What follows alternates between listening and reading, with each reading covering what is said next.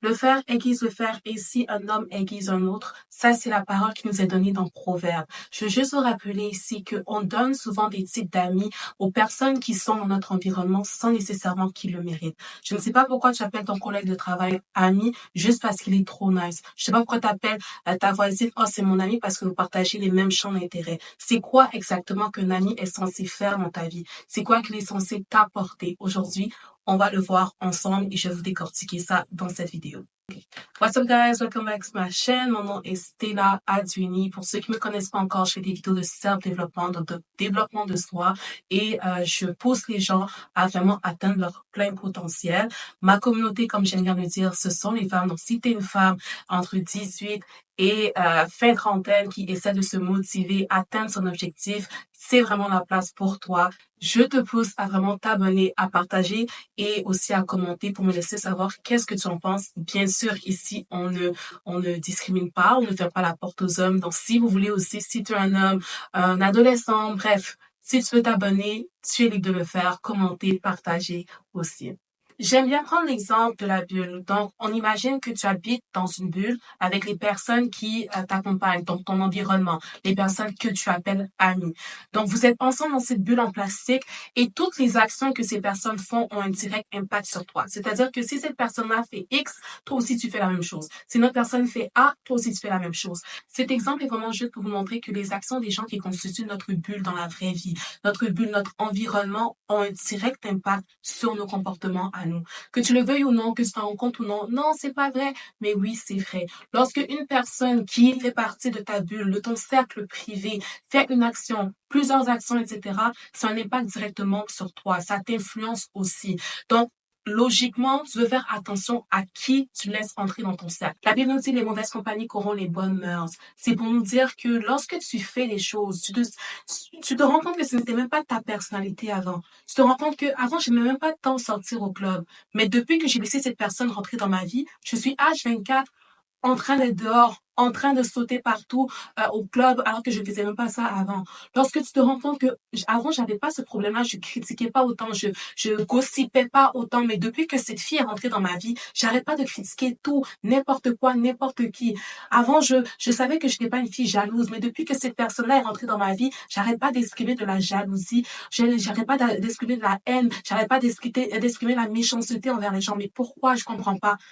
Parce que les mauvaises compagnies corrompent les bonnes mœurs. Il faut vraiment faire attention. Lorsque tu ne comprends pas, tu n'es pas capable d'exprimer un certain comportement que tu as, regarde ton entourage. Il y a une quote que j'aime bien qui dit que nous devenons la moyenne des 5 personnes qui constituent notre environnement. Vous allez remarquer que si vous traînez avec des personnes qui aiment se motiver, qui aiment achever beaucoup, qui aiment s'entraîner, manger bien, vous allez aussi devenir ce type de personne.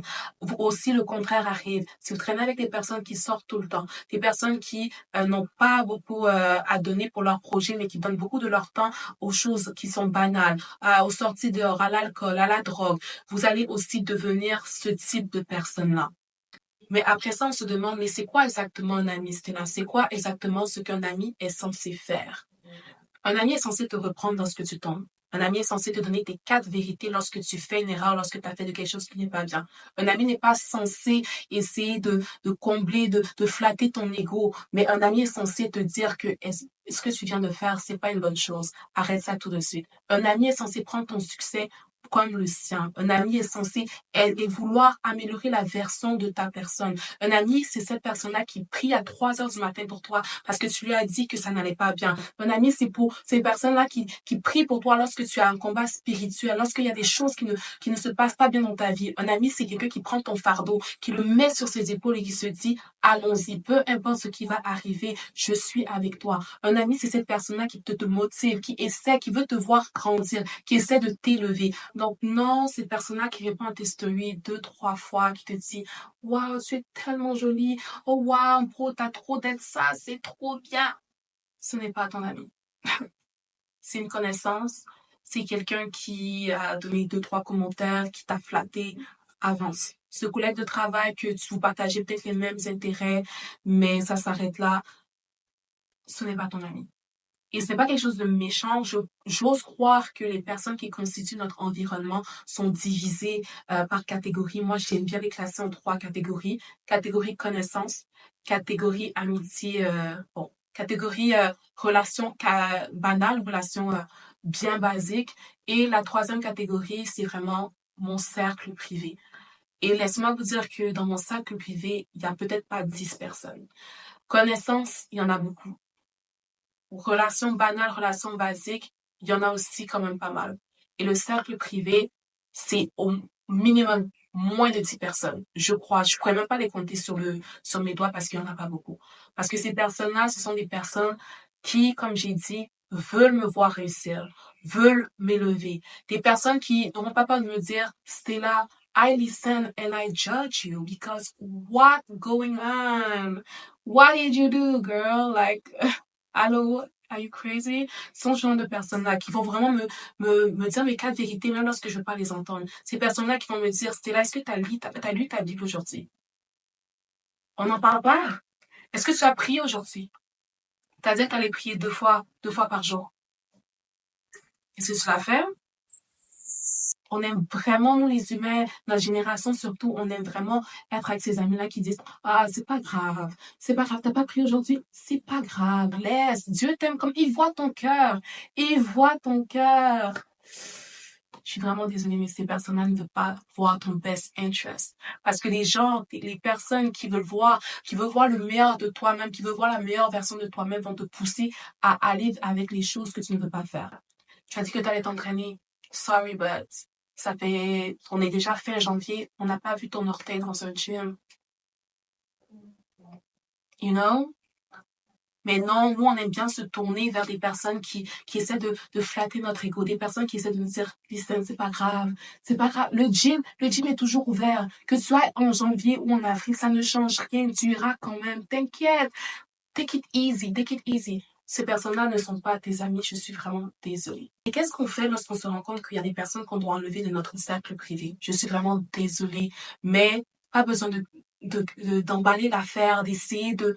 Je suis désolée, il faut vraiment que pour mon bien et pour ton bien, qu'on se sépare parce que je vais dans une telle direction et on ne va pas dans la même direction. Il faut que tu sois direct, radical. Parce que laisse-moi te dire que Dieu n'essaie pas d'envelopper l'affaire lorsqu'il y a quelque chose qui se passe. Non, il est assez radical avec toi. Il est assez radical avec les plans qu'il a pour ta vie. Donc, toi aussi, tu dois être radical avec les plans que tu as pour ta vie. Si cette personne-là, tu sais très bien que là où Dieu t'amène à aller, si cette personne-là, tu sais très bien que là où Dieu t'emmène à monter, elle ne peut pas te suivre. Il faut que tu sois radical de cette même manière-là. Tu lui écris, tu lui dis, je suis vraiment désolée, là où je m'en vais, il va falloir que je prenne mes distances.